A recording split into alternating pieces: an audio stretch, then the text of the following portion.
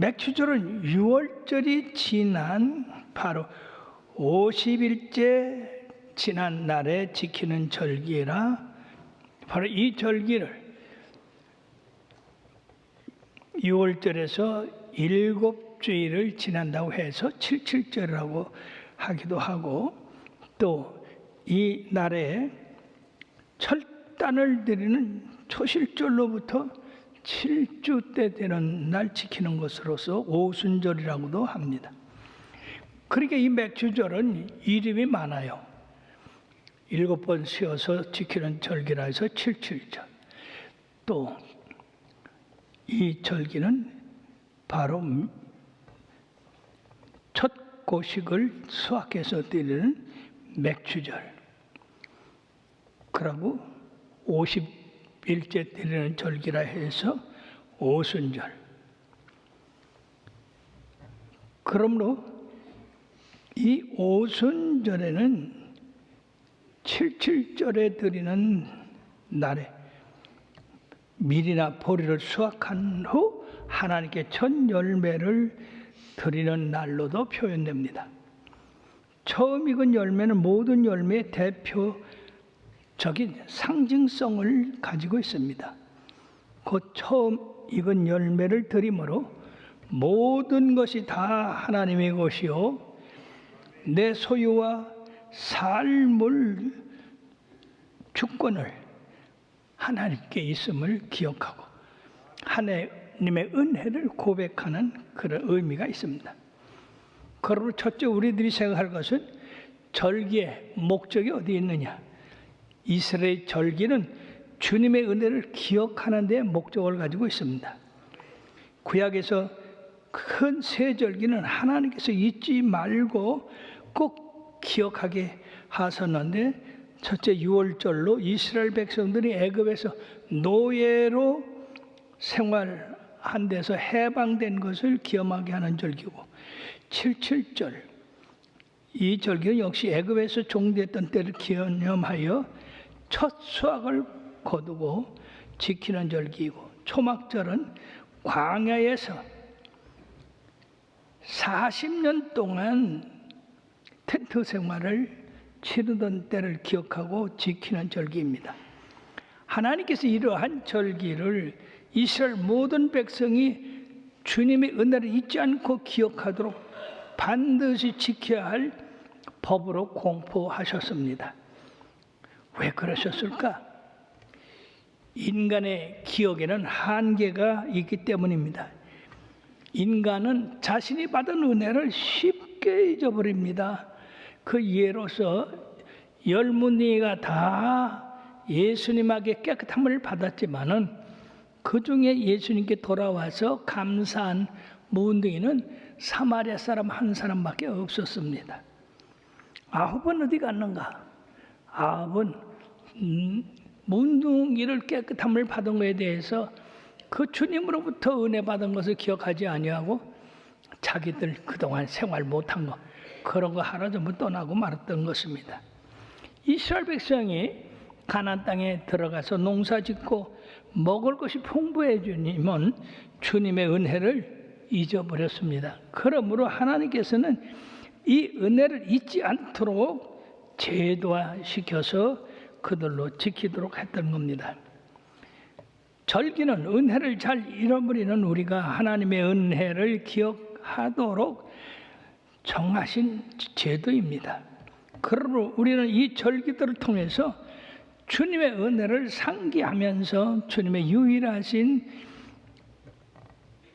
하나님 되심과 섬겨야 할 당위성을 가지게 됩니다. 주님의 은혜를 기억하며 감사하며 섬길 때 거기에 하나님께서 축복해 주시는 것입니다. 그러면 두 번째, 감사절을 어떻게 지내야 할까?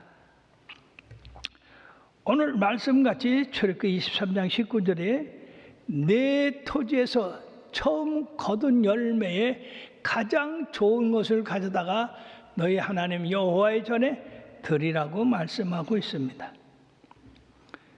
뿐만 아니라 출애굽기 13장 2절에서 이스라엘 자손 중에서 사람이나 짐승을 막론하고 태에서 처음 난 모든 것은 다 거룩히 구별하여 내게로 돌리라. 이는 내 것이라. 예, 바로 하나님께서 유월절 그날에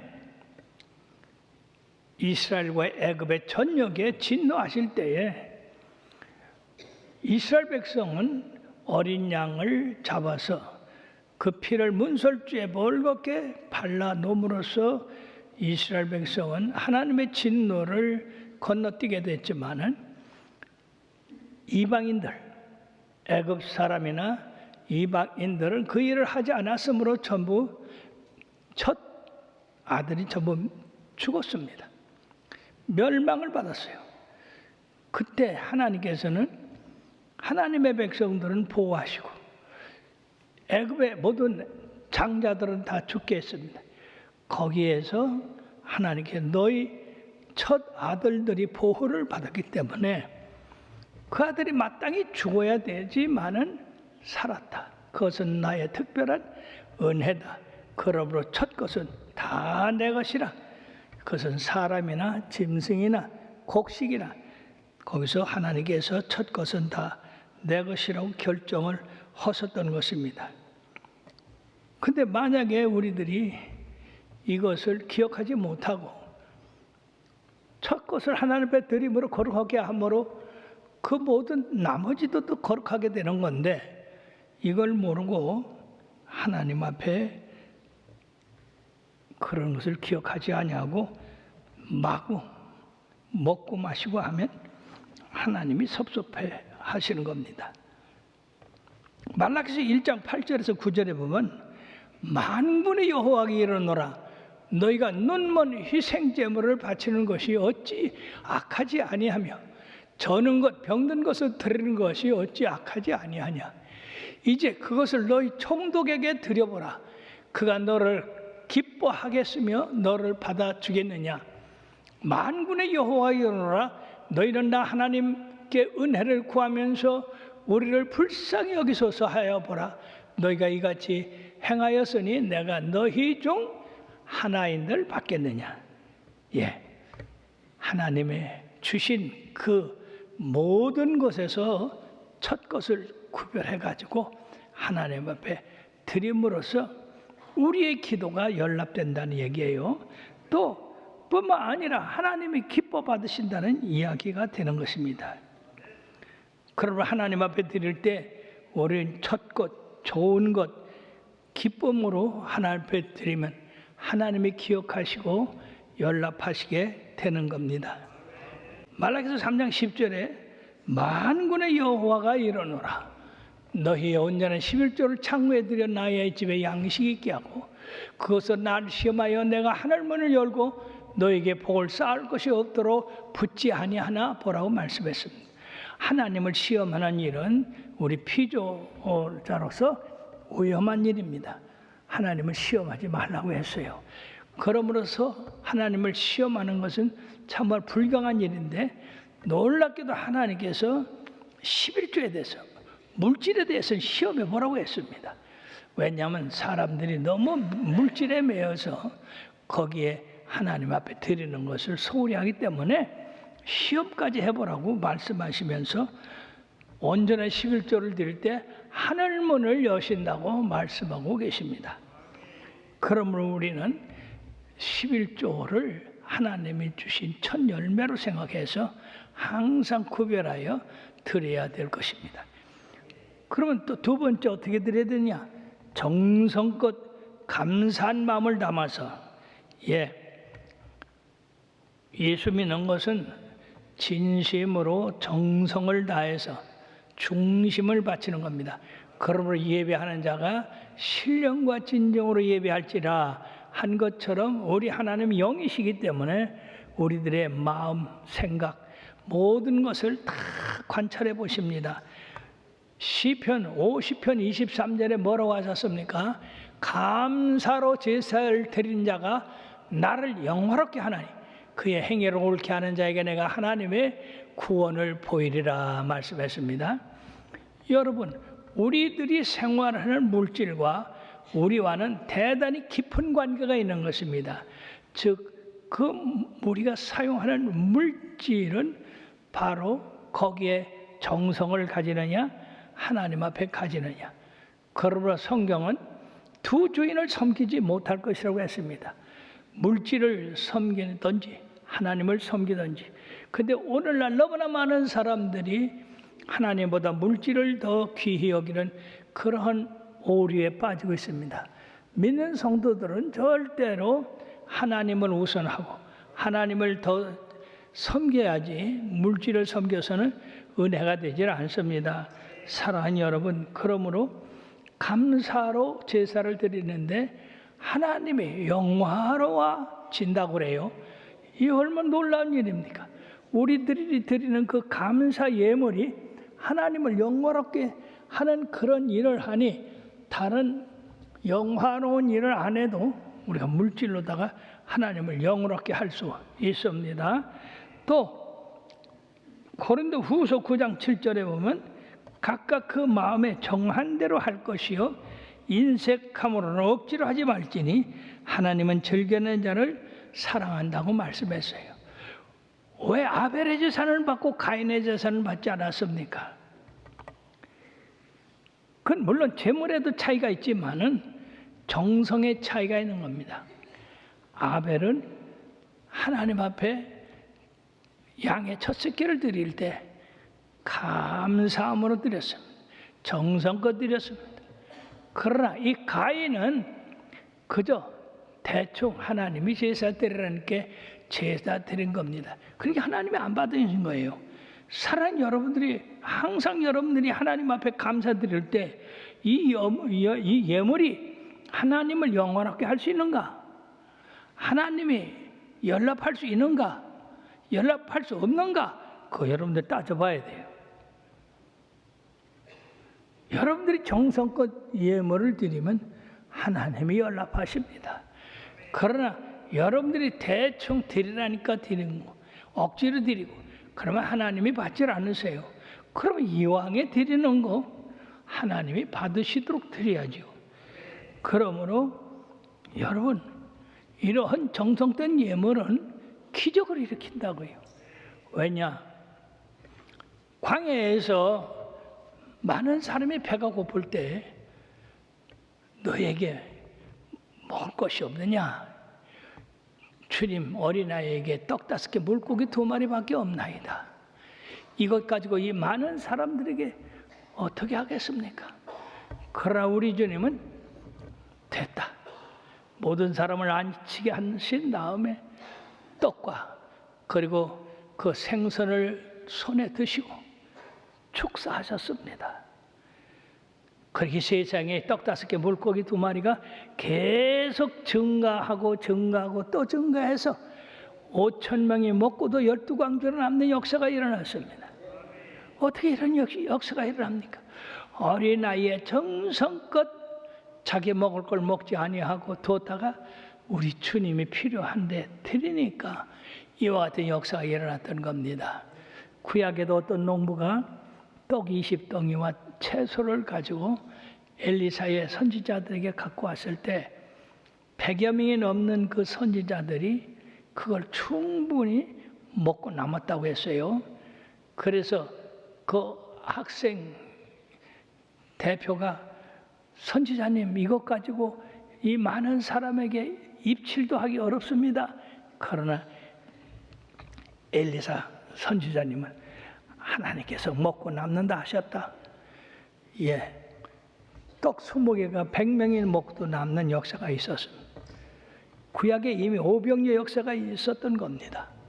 사랑하는 여러분들이요, 여러분들이 드리는 물질이 여러분들이 보기에 보잘것없다 할지라도 거기 정성이 들어있으면 됩니다. 우리 하나님을 영원하게 하는 그 마음이 들어있으면 됩니다. 그러므로서 갈라디아서 6장 7, 8절에 스스로 속이지 말라. 하나님은 업신여김을 받지 아니하시나니 사람이 무엇으로 심든지 그대로 거두리라. 자기의 육체를 위하여 심는 자는 육체로부터 썩어질 것을 거두고 성령을 위하여 심는 자는 성령으로부터 영생을 거두리라. 아멘. 사랑하는 여러분, 우리는 성경에서 많은 예화가 있는데 특히 마리아와 가룟 유다. 마리아는 진실로 우리 하나님 앞에 예물을 드렸습니다. 자기 육체를 위해서 드린 게 아니라 우리 예수님의 장례를 위해서 드렸습니다. 영적인 제물이기 때문에 하나님을 영원하게 하고 듣는 모든 사람, 보는 사람 모두가 기쁘게 했습니다. 그러나 가룟 유다는 가난한 자에게 그 300데나리온 되는 향유를 팔아서 나눠주면 좋았을 것을, 그것은 실질적으로 저는 도적이라 돈꾀를 맞고 훔치려고 했다고 했습니다. 사랑하는 여러분들이요, 영적인 일과 육적인 일은 이렇게 대단히 다릅니다. 여러분들이 정성껏 주님 앞에 드리는 것은 그 영적인 일이 돼요. 하나님 나라를 위해서 드리는 것은 모두가 성령을 위해서 심는 것이기 때문에 그 성령을 통해서 영생을 이루게 됩니다. 신명기 16장 6절, 11절, 16절에 보면 오직 네 하나님 여호와께서 자기의 이름을 두시려고 택하신 곳에서 네 하나님 여호와 앞에서 즐거이 행할지니라. 사랑하는 여러분, 하나님의 이름을 두신 곳이 어디입니까? 구약에서는 성막이었고 또